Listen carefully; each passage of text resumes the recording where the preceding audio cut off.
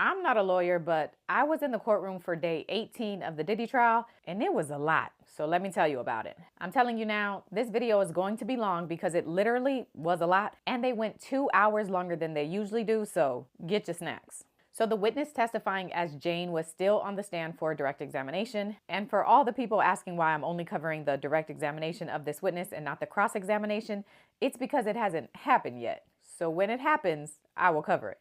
Okay? So the day starts off with Jane Doe talking more about the hotel nights that she had with Diddy. Jane testifies about a time that she asked an entertainer to wear protection during the hotel night. According to her, she and Diddy had a discussion about it before the night and when they were sober, and she says Diddy agreed to it, which is not his typical preference because he had previously told her he doesn't like protection to be used because he doesn't like how it looks when he's watching. But Jane had expressed the concern she had of engaging with all these men without protection, and so according to her, Diddy agreed.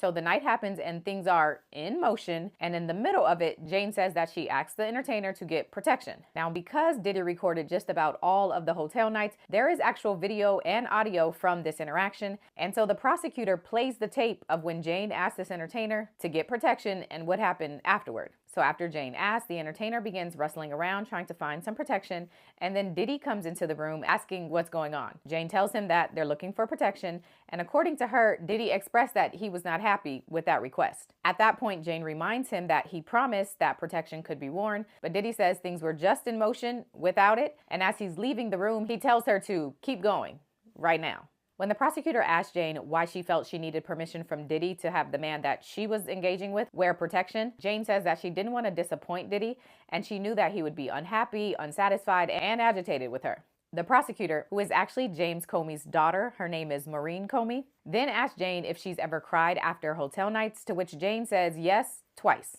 The first time it happened was early on in their relationship, and she says that she thought they were going to have a one-on-one date night, but after they got together, Diddy told her that an entertainer was on the way and that it would be quick.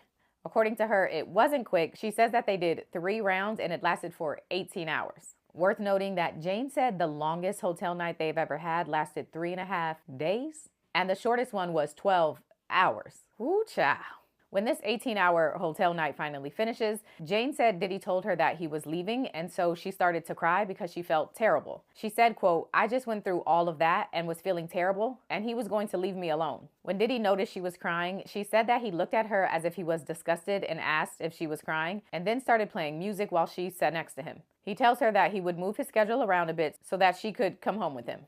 And then the second time Jane says that she cried after a hotel night was because, according to her, she was really intoxicated from narcotics and had been blacking out all day. She recalled for that hotel night she engaged with a man named Paul.